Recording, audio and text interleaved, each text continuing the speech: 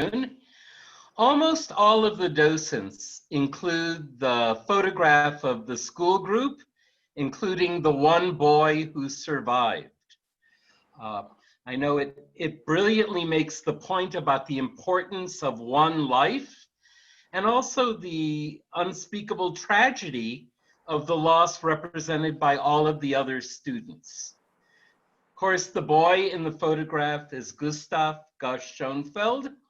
It's interesting, students come back years later and will ask about where's the boy in the picture, the boy who survived. Really has become a very important part of our permanent exhibit. I want to thank Helene Gottesman, who I hope can hear me, because she's been telling her cousin's story for several years. Her family, the Gottesmans and the Schonfelds, were very intertwined when the Schonfelds first arrived in the United States. But today we'll be hearing from Josh Schonfeld.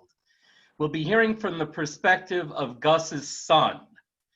Josh Schonfeld grew up in U City, graduated from Epstein Hebrew Academy and U City High School. He received his law degree from the University of Missouri-Columbia and a Master's of Law in Taxation from Georgetown University Law Center in Washington, D.C. Josh lives in Potomac, Maryland with his wife, Suzanne. They're parents of 3 sons. I believe one son is at Washington University now. Mm-hmm. After an illustrious legal career, Josh continues to be active in the Jewish community in the Washington metropolitan area, including serving on the board of the Jewish Federation of Greater Washington. Today, his topic will be Gustav Schonfeld's life, survival, and triumph. Josh, thank you.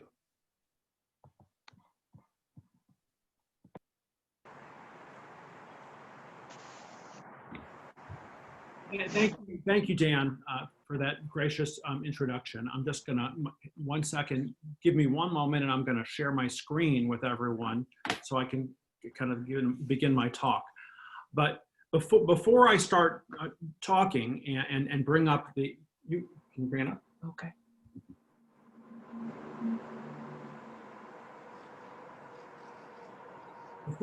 As we're bringing up the slides, I'll just tell you that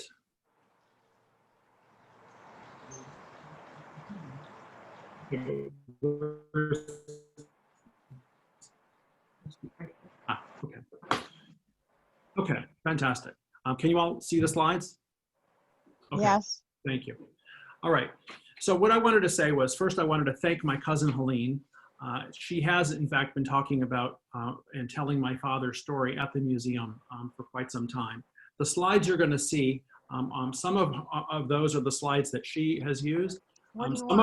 Some of them are also the slides that I was able to take from the presentations that my father gave many times around the St. Louis area and at the day schools where our sons went to school. Junk is on the shelf, under the shelves. Someone's still talking. Maybe we could mute them.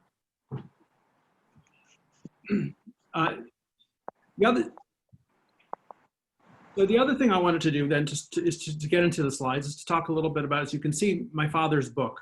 And he wrote this book and he finished it in 2009 to tell our family story. And he started this book as an opportunity to tell the story and preserve the story for our family, and wrote it in more of just kind of an informal manuscript. And as time went on, he built on it, he talked to us, he talked to my mom, he talked to us, his children about it. And eventually he turned this into this book, which we're very, very happy that he then ended up publishing, so that it's there as a resource for us, but also for the community and for everyone. When I talk about this and this story, I talk a lot about the idea of history versus memory. History is often a compilation of facts. It's a story, and there's a certain coolness to the idea of history. Memory, on the other hand, is something that really becomes a part of who you are, through repeated ritual, through repeated stories. And although this story, right, what I'm going to tell, the story of the Schonfeld family, is history, it is also, and it didn't happen specifically to me, right? I mean, it happened to my father and my grandparents. It is something that is still, it's something that we feel very strongly about. So I'll start. Here, as we already talked about, here's the famous the picture that is at the entrance to the museum, which has powerfully meant a great deal to all of us. And there's my father right below the rabbi, right here. And then right next to him is his brother, his older brother, Freddie, who I'll talk about in a couple moments. To start the story, I thought I'd give you a little context. And many of you know these things, and so some things I won't spend as much time on. My father was born in 1934 in Munkac, Czechoslovakia. And you can see on the map, there's an arrow pointing to Munkac. And Munkac was located at the sort of at the base of the Carpathian Mountains, near one of the mountain passes through the Carpathians. And prior to the war, Munkac had about 30,000 residents, and about 50% of the town was Jewish. As you see, the star right here is Debrecen. That's a town in Hungary, right next door. And that is Debrecen, and a town right nearby there, which I'll talk about a little bit more, is Nudleta. Those towns were the towns where, that's where the Gottesman family, which is where my grandmother came from, is located. And as I think you all know the history, Czechoslovakia was carved out of the Austrian-Hungarian Empire at the end of World War I, and later was dismantled just before World War II started. Here's a picture of the Schonfeld family in 1932. There were 5 brothers and a daughter. You can see that my great-grandparents, Eliezer Yaakov and Hudya Gittel, who were my great-grandparents. My grandfather is right here. There's an arrow sort of pointing to him. We'll talk more about this a little bit later, but as you can also see in this picture is Saul Schonfeld, who ended up in St. Louis well before the war. And after the war, also Nathan Schonfeld, who also ended up in St. Louis. Here's the next picture is a picture of my grandmother's parents, Irene and Solomon Gottesman. They're the ones who lived in Nudleta. He had been, Solomon Gottesman was a lumber merchant, and he had a lumber yard where they would go visit often. He was very observant. Both the Schonfelds and the Gottesmans were very observant people. But at the same time, they were also people of the world. They did not just sort of live without just studying. The Schonfeld brothers all had occupations of various types. My grandfather, as you'll see in a minute, became a doctor. Solomon Gottesman owned a lumber yard, although he was ordained as a rabbi and was a teacher before owning a lumber yard. Here's a picture of Helena Schonfeld, taken in 1930, just before she met and then married my grandfather. Here's my grandfather, Alexander Schonfeld. This is Gus. He had medical school at the University of Prague. This is a picture of him right here on the left, and then later on there's a picture of him with a patient in 1930. He met my grandmother, Helena Schonfeld, who you saw a second ago, and then it was a pretty fast match or love match. And he often talked about how much he loved my grandmother. He didn't tell her that very much. That wasn't necessarily his way, but he considered her a beautiful, beautiful woman.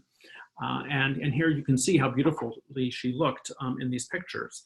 And I'm showing you some of these pictures actually here, and then as you can see, there's my father and his older brother, Freddie, because I wanted to give you a sense of the family. And here's some more pictures and this is on the rooftop of their house. they were like us, right? They lived a modern life, okay? They had a house, they had a car, they had a phone. And although, Munkac was a small town and maybe some of the roads weren't paved, there was still a movie theater, there were still ice cream stores. I mean, they still did a lot of the same things that we still do. And they were members of that community.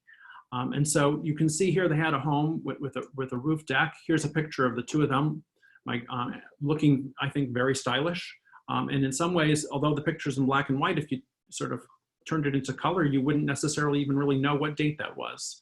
And I'm saying that, again, because sometimes when we think about the past, we think about that it's very far in the past, or that it was 75, we're talking about 75, 80 years ago, but they still had there was an open and civilized place where they lived, is I guess what I'm trying to get to.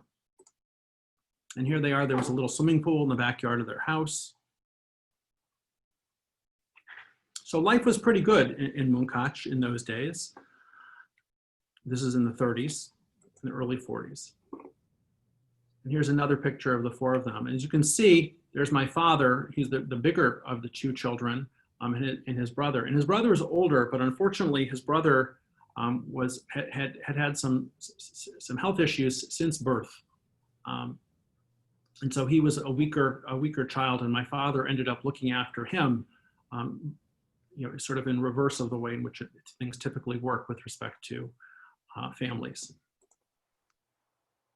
And here's another picture of my grandmother. And of course, then in the background of all of this, the storm clouds were gathering. I'm not going to really spend any time for this about what happened, the rise of Nazism and anti-Semitism in Germany, because I think that history is familiar to everyone who's here on the phone today. Although that topic was indeed discussed, in the home, and people listened to the radio attentively as to what was going on in other places. And here's a picture from Kristallnacht. While that was all that was going on, things got to the point where they were worse for the family in Hungary, but they hadn't gotten to the point where they were in Germany or in Poland, certainly. And as I think everyone knows, in 1938, Chamberlain thought that he had made peace in our time in allowing for Czechoslovakia to be dismantled, and parts of Czechoslovakia, different countries, and Munkac ended up as part of Hungary. And as the Czech troops were withdrawing, they fired a cannonball, and it ended up inside their house. And my father, in his book, talks about the fact that this was, in some ways, a bad omen of things to come when that cannonball landed in their house and basically shocked everyone. And as soon as the Hungarians took over, really life kind of changed for them, because the Hungarians were allied with the Nazis, and because my grandfather had actually spoken out against war, as soon as the Hungarians came in, they actually threw him in jail, and they took away his license. And fortunately, after paying a bit of money, my grandmother was able to bribe the Hungarian authorities so that he was able to be released from jail and also to be able to continue practicing medicine.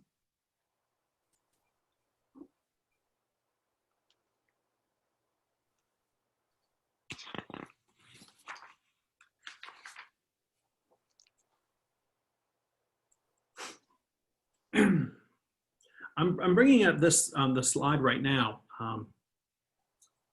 because it's around this time that this picture was taken, and I'll mention again, my father is right below the rabbi, and the boy whose face is partially hidden was my uncle, my father's brother, Freddie.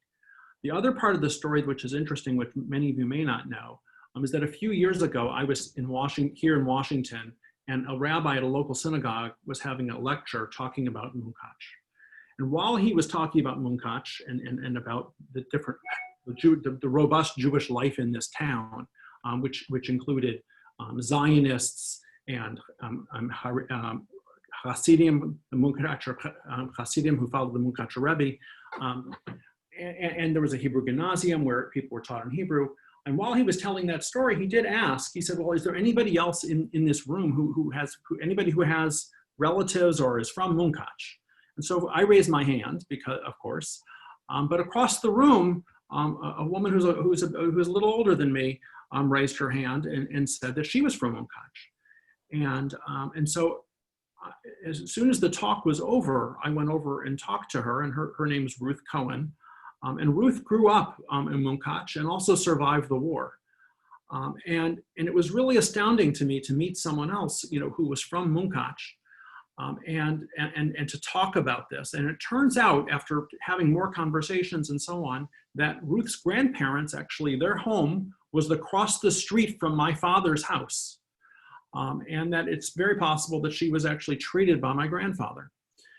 And some weeks later, we all got together for a Sunday brunch over at Ruth and Ben's house, along with some of their other members of the family.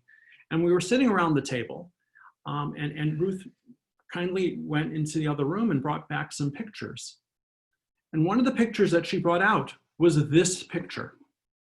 Because this picture not only shows my father and my brother, it also shows her brother who did not survive the concentration camps. And his brother, ironically, was sitting next to Freddie, actually right there in the picture. And his name was Ari. And so from that picture, from that moment, we've been able to kind of keep this and build this relationship with Ruth and her family. And it's been quite meaningful to me. And I thought at some level, knowing that story actually might be meaningful to all of you as you're telling this story, to know that there's another connection, another living connection to someone who was actually in that photograph.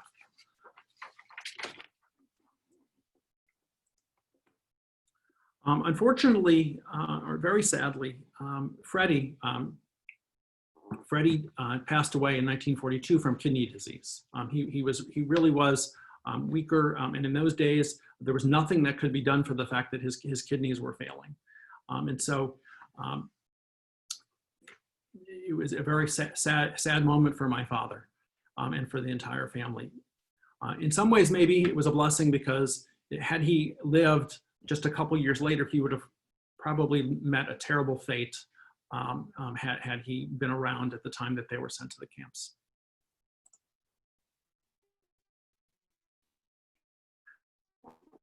Later that year, or actually, excuse me, in the beginning of 1943, before Solomon was born, my grandfather actually who had been drafted as a physician into helping some of the work battalions. And as part of that work, they gave him a dose of a vaccine. They gave my grandfather a dose of the vaccine to prevent typhus. And what was fascinating is that he took the dose. He wasn't able to get any other doses. And so he didn't give the dose to himself, which is what they wanted him to do. He brought the dose home and he gave it to my father. Some weeks later, Alexander became incredibly sick with an incredible fever, likely precisely from typhus, from what it is that he was supposed to have the vaccine for. He survived the typhus, and he lived. And fortunately, my father then was inoculated when they later on ended up going into the camps, and that helped him tremendously. And you think about that kind of a sense of presence, a sense of dedication to your child. I found that to be always a very powerful story. Anyway, to move forward, later that year in 1943, Solomon, Gus's younger brother, was born. In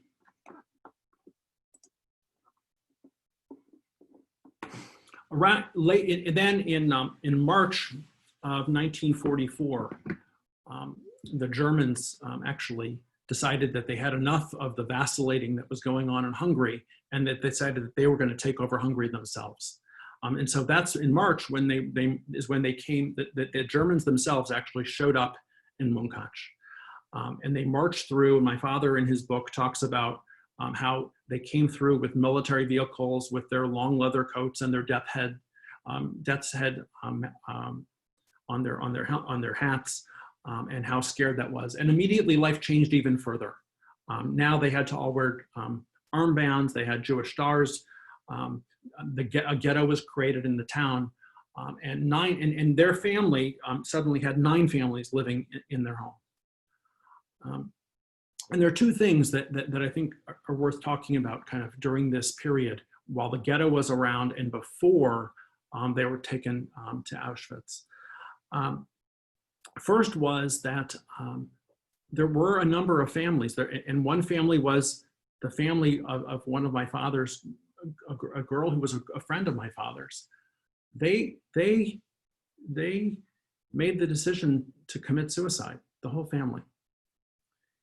And my grandfather and my grandmother were talking about that one night and talking about what to do and whether that's something they should do. And my father actually overheard them talking about this. And he stepped into the room. He was sort of standing off to the side, and he stepped into the room. He said, "No, I want to live. I don't want to die." And that was the end of that discussion. Another thing is that during this time, because they had a young baby, my grandparents were desperate to give him to somebody that could take care of him. And 2 different times they tried to give Solomon to other people so that someone would keep him while they were going through these events. One time was when they had been sent out into the countryside where my grandfather was having to do some medical work. And then later when they were actually still in the ghetto, they tried to do so. And they tried to give somebody a whole huge bag of money and said, "Here, take this money." And the person said, "Okay, I'll come back later to get Solomon." And of course they unfortunately, they never did. They never came back. So then what happened was that from the ghetto, Jews in Munkac were gathered in this brick factory that was near the rail siding in town, and forced to live within this brickyard.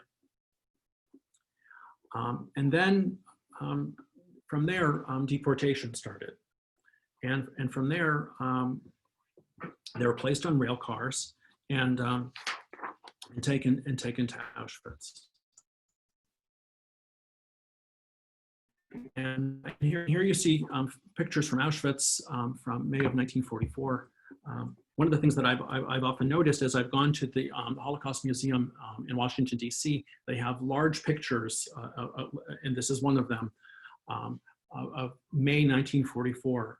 And this May 1944 is precisely when the Schonfeld family, the Schonfeld-Gottesman family, ended up in Auschwitz. And so, although it may not be precisely my family that's in the picture, but that's really representative of what it is that they faced when they showed up.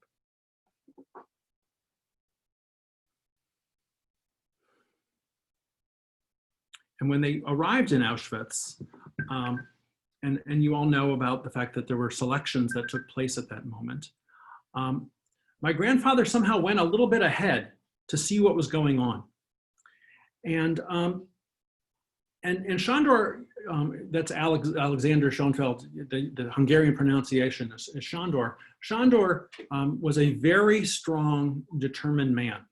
And he, actually one of the expressions that he used to like to say is, "I can break iron." He was a very strong-willed person.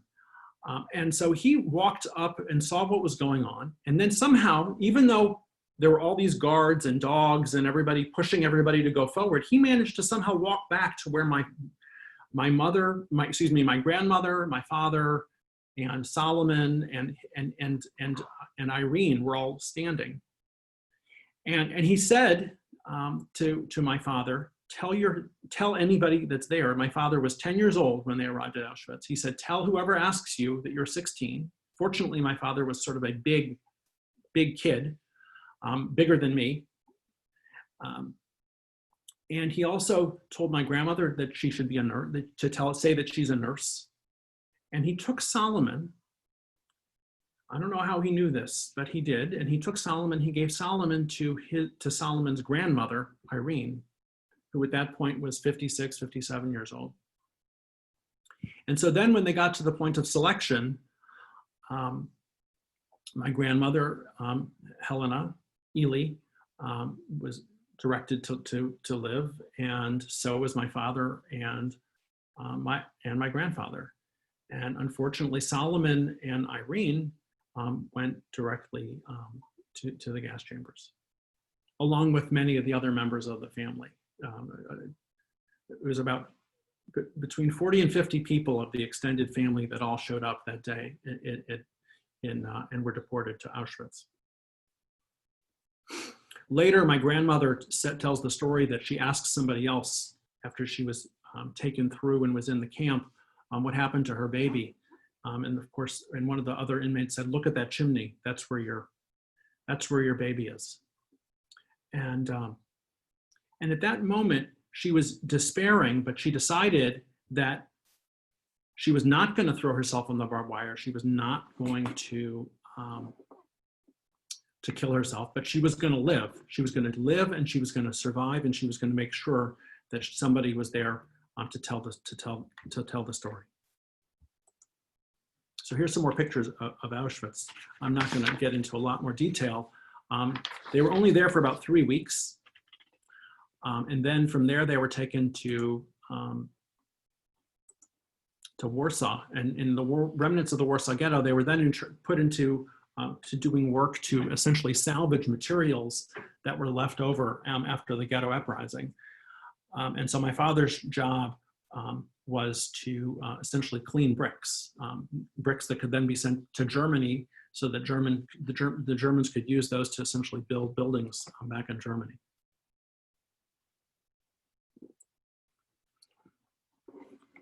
I'm going to speed up just a little bit because in the interest of time. And now it was essentially the later summer of 1944. And as the Russians were approaching, the Germans were going to essentially withdraw from Warsaw. And what happened is that the Germans once again said, well, who thinks that they are strong enough to work, and who thinks that they need to essentially take some sort of a truck? And of course, the family knew that they were never going to say that they needed to truck, because they said that they were willing to walk. And they started marching then. About 2,000 people started marching from Warsaw, along with German soldiers. And shortly after they started walking, they heard machine gun fire in the background and likely what happened was all the people who said that they were willing to go by truck were executed on the spot. So they started what really became a death march. And that was a 3-day march with little food or water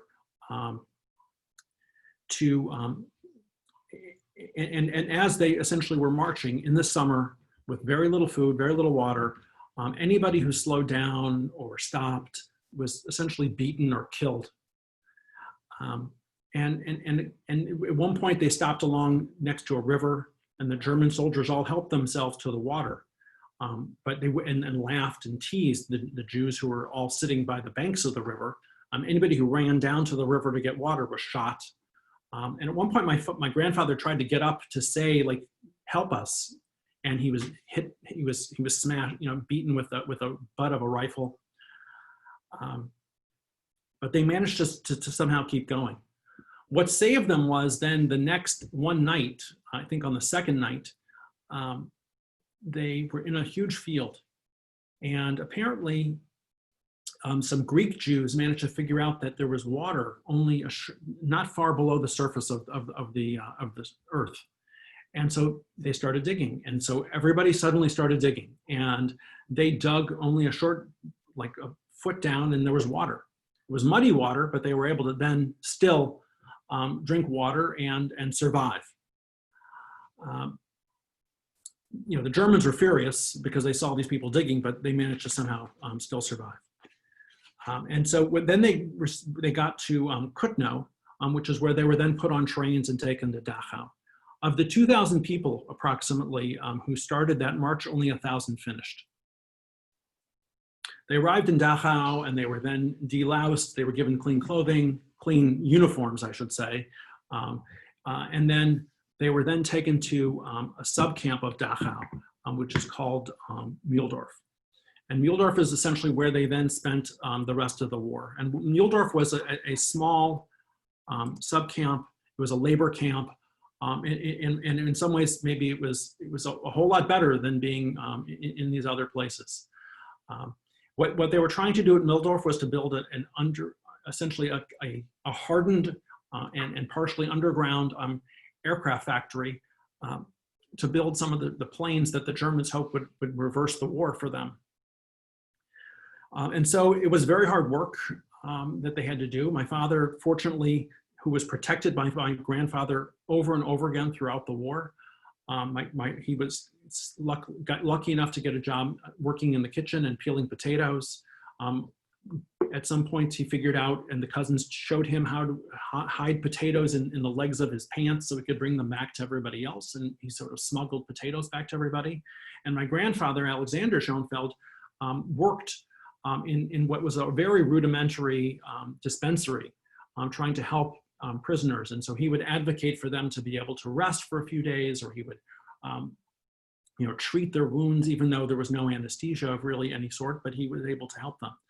At one point during this time, they had to operate actually on a young Jewish boy who had been abused by some of the capos, the other prison guards. And my father vividly remembered holding a light and wiping the sweat off of my grandfather and another doctor's brows as they operated on this young man without anesthesia to try to relieve the infection that he had from this horrible abuse that he had been suffered with.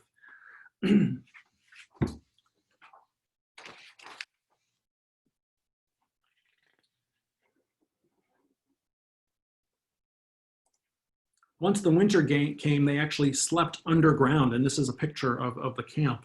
It's fantastic that there really have been some pictures that survived, and they essentially essentially slept in kind of an earthen hut, sort of halfway underground. The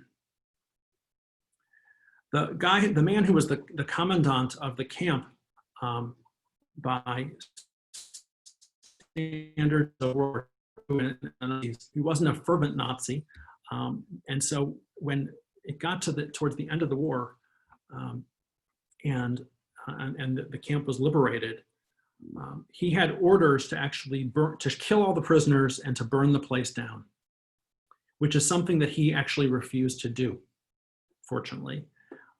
And as a result, when the war was over, my grandfather actually testified on his behalf, wrote a letter and testified on his behalf, because this man, even though he had been the commandant of the camp, he didn't kill everybody in the place.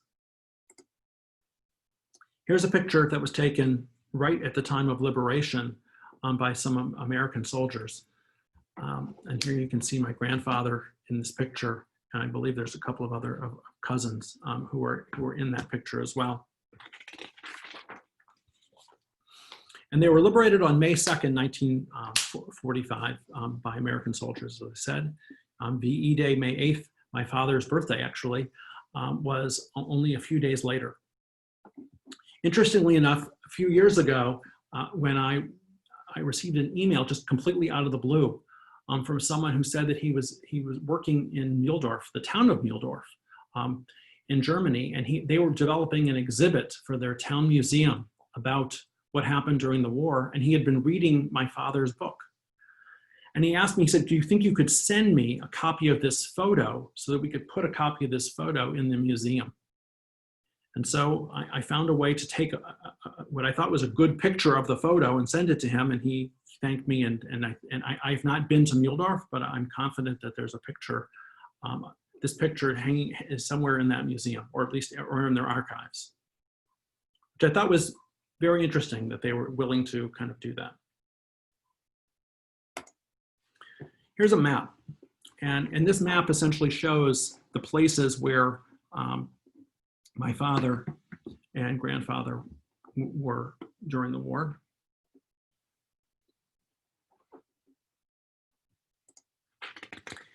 Here's a slide that shows some of the things that he did in defiance, because sometimes people talk about the idea of defiance. And these are things that he did, essentially anti-war speeches before the war. Then during the time that there were work battalions, he essentially was able to kind of cause a certain kind of a wound on some of the patients that were still, this is when they were still in Munkac, so they could rest for a few days. And then of course he would then treat them and make them better.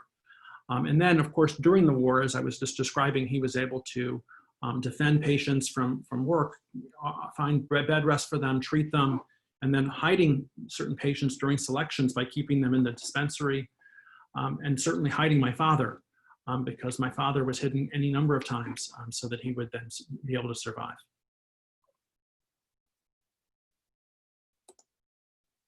This next slide is a slide of where Helena Schonfeld was taken during the war. First to Auschwitz, and then from Auschwitz she spent time in Stutthof and also in Proust, and there she worked in the kitchen. And fortunately, there was another Hungarian woman who somehow had influence, and as a result, she worked in the kitchen. And by working in the kitchen, she therefore had in a sense better care. And as a result, some of the cousins also had a better care because of this fact.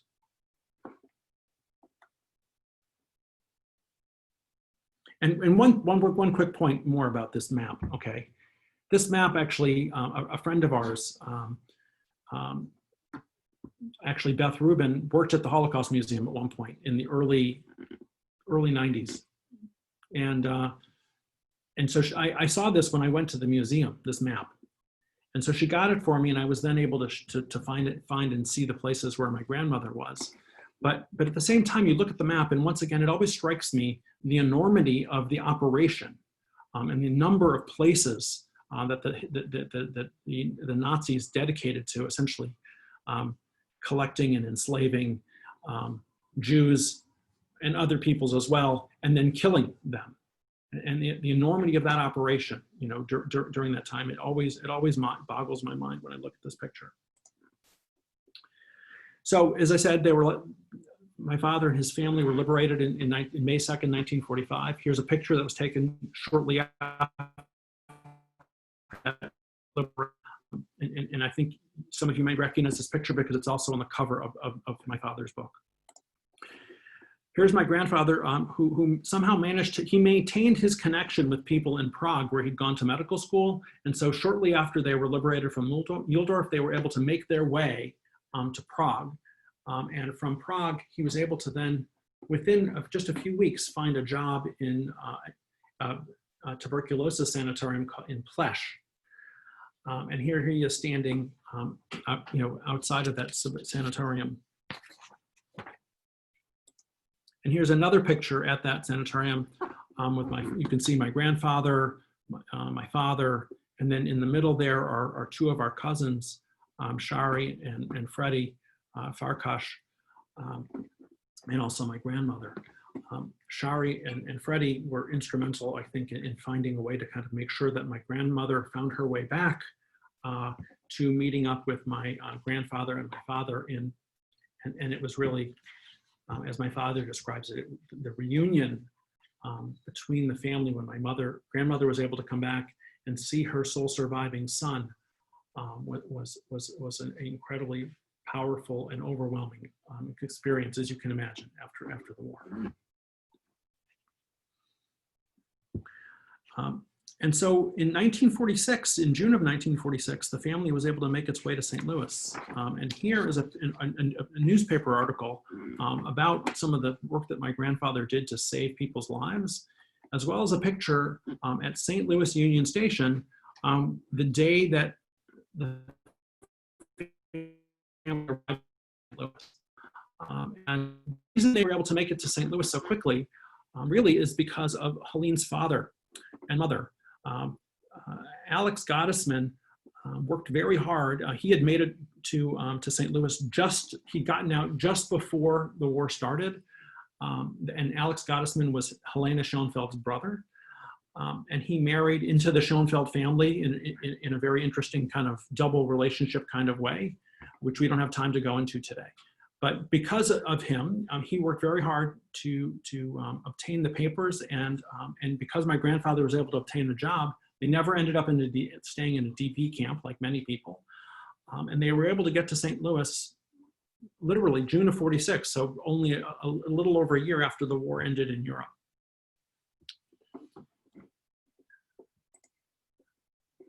And here's a little bit about the life of Alexander Schonfeld.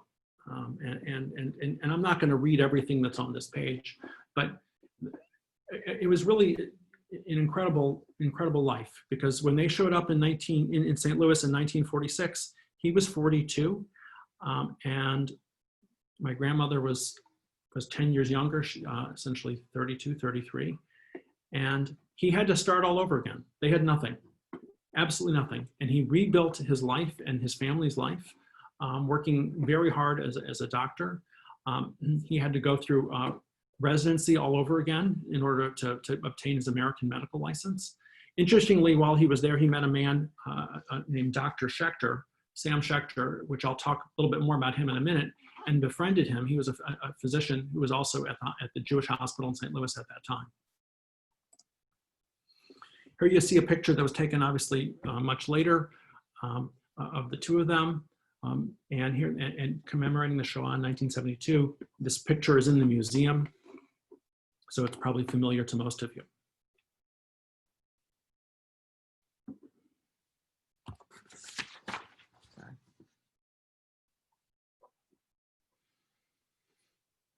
One of the things I'll just point out while I have the two of them up on the screen here is that he not only rebuilt his life, but, and I'll emphasize this, I'm sure, again later, but they really dedicated their lives to giving a lot of money to charity. And even though he rebuilt his life and was able to be successful, material things were not what they were interested in. They were interested in doing things that mattered. Here's my father. Later, he did his pre-med at Washington University, where I went to undergraduate as well. Graduated from Washington Medical School, and then did his internship and residency in New York. While he was there on a blind date, he was fixed up with my mom, Miriam Schonfeld.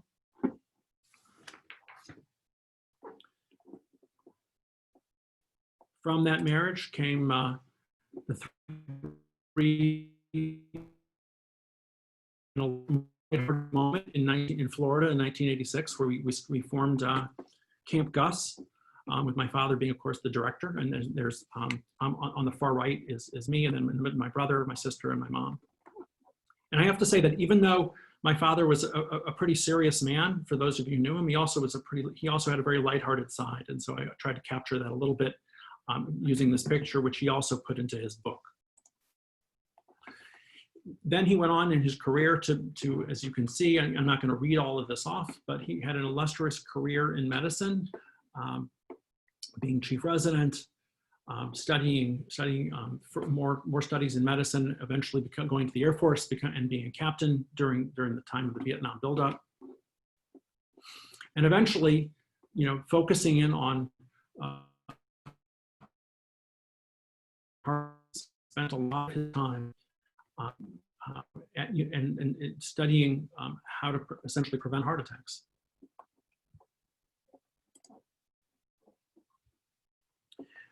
And then as time went on, again, very successful in terms of his work at the university.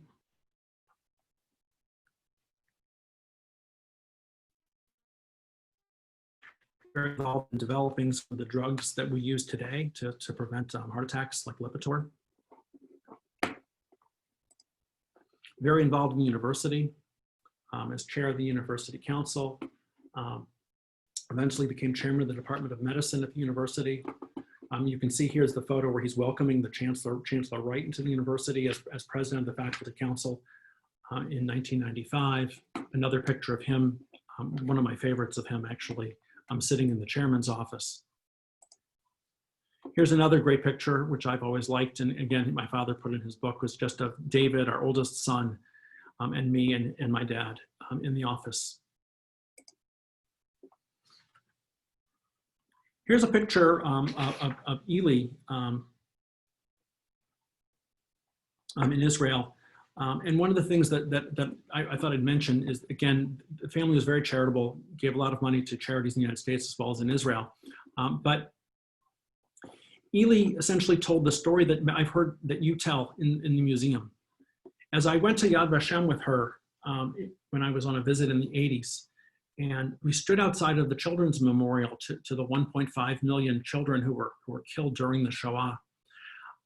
She looked at me and she said, "Look at what your father has accomplished. Look at what he's done to help people. And think about the fact of what those 1.5 million children, some of those children could have done if they'd lived." And I think about that a lot. I think about it as I walk through this museum in St. Louis, and the stories that I know that some of you tell. And frankly, I'm always honored to know that you're telling. All of us are honored. Julia and Jeremy and I and our whole family are honored that you tell that story. Here's a picture of one of the projects that my grandparents and our whole family has continued to support. They developed a synagogue at a boys' orphanage, or actually in Jerusalem. This is called the Schonfeld Synagogue. In addition to this place, they also endowed scholarships and lectureships at different universities, both at Washington University and also in Israel, and gave money to various hospitals and so on. And here is Ely with her seven grandchildren. In 2006, she survived Alexander by 19 years. And it's around Passover time, which was a time when our family would always get together because that was a really important holiday for our family. And still is. And still is. Okay, and here's kind of a great picture, because here is kind of the result of my father's surviving, and here is the family. Okay, in 2001. Since my father passed away, my brother has had two other children, a boy named Gus, named after my dad, obviously, and a little girl named Frances. So really, from the one surviving person, we have nine grandchildren.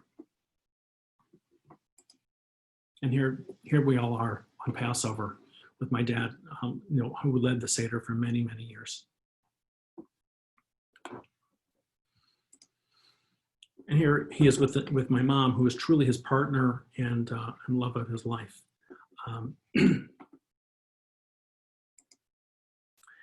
Now, before I talk about this, I thought I would just say that my father really did not identify so much as a survivor all the time. He didn't walk around with that. He actually was focused on his career, on giving back to the community, and while he certainly didn't hide the fact that he was a survivor, it wasn't the way in which he walked around and thought about himself. He was a physician and a scientist. And he gave back in many ways to the community, as you saw through the university and his medical research, but also in terms of charitable work, and also with my mom, and also with respect to being on various boards in the St. Louis area, and also nationally.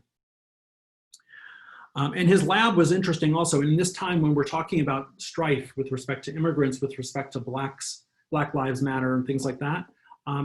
His lab was like the UN. I mean, people came through our house from all over the world, including people from Finland and Italy and Austria.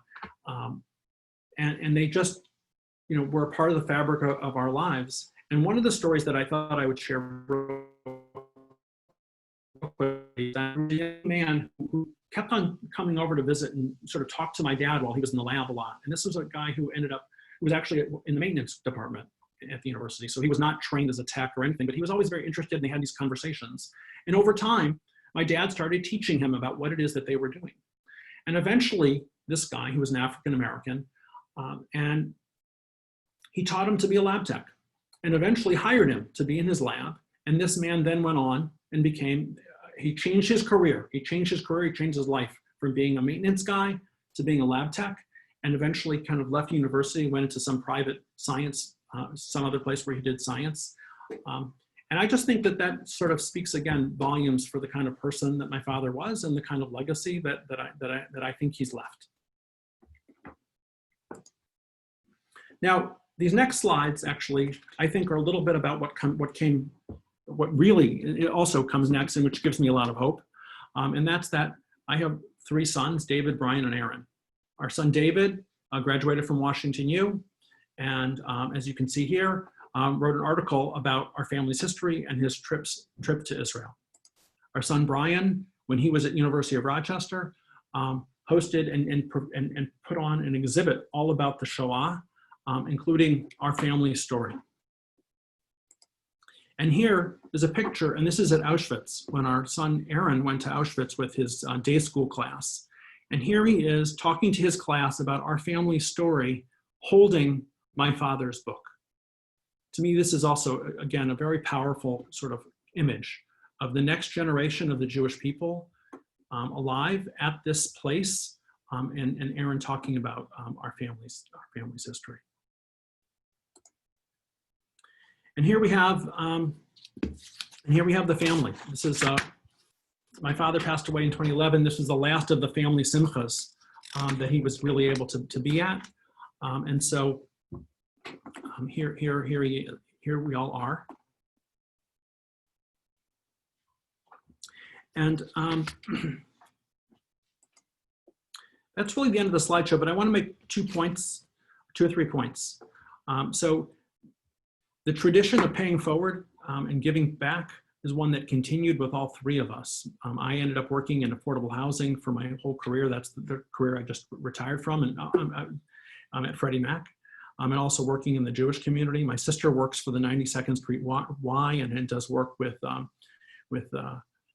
senior citizens in the New York area. My brother became a musician, has done a lot in terms of charitable work, and has also written something about our family's history, a show that I hope was scheduled to be in St. Louis, but I hope will get rescheduled at some point. Our connection to St. Louis has also remained. Of the 9 grandchildren, 4 of them have gone to Wash U. 3 have already graduated, and our youngest son, Aaron, is a senior there now. And as we sit here in Sukkot and we talk about a temporary dwelling, a dwelling which is actually, shows kind of the transitory nature of things, it's also sort of appropriate that we're talking about this today, because in fact, one of the things that was the lessons that was taught to us is that it's not about material things or fancy things. It's okay to like having nice things, but it's really more about doing something meaningful with your life and giving back. And that was what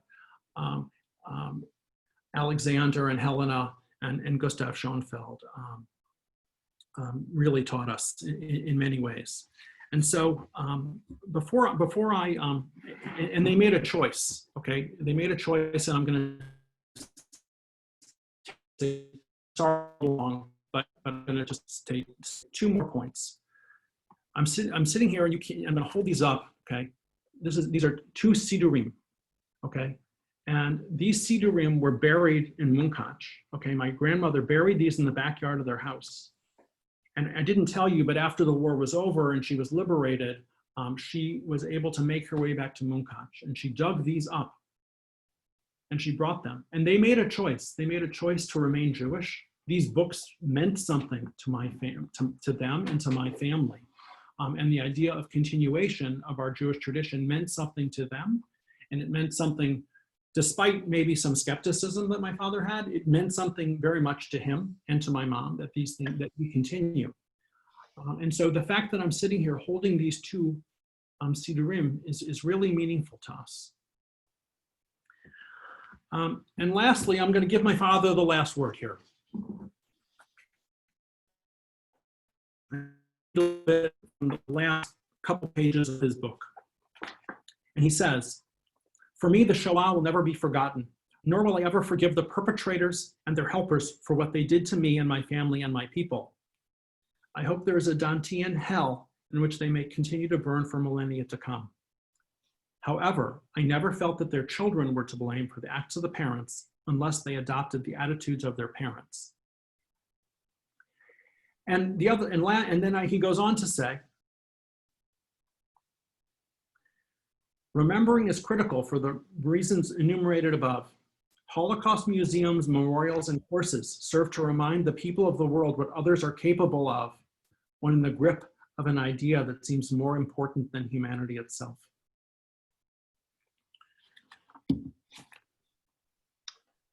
Thank you very much for listening. Again, we are honored that you'll continue to tell my father's story, our family story. And if anybody has questions, I'm happy to take questions.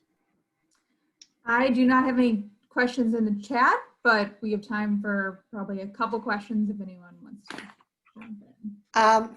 I do. Wait a minute. Mhm. Shoot.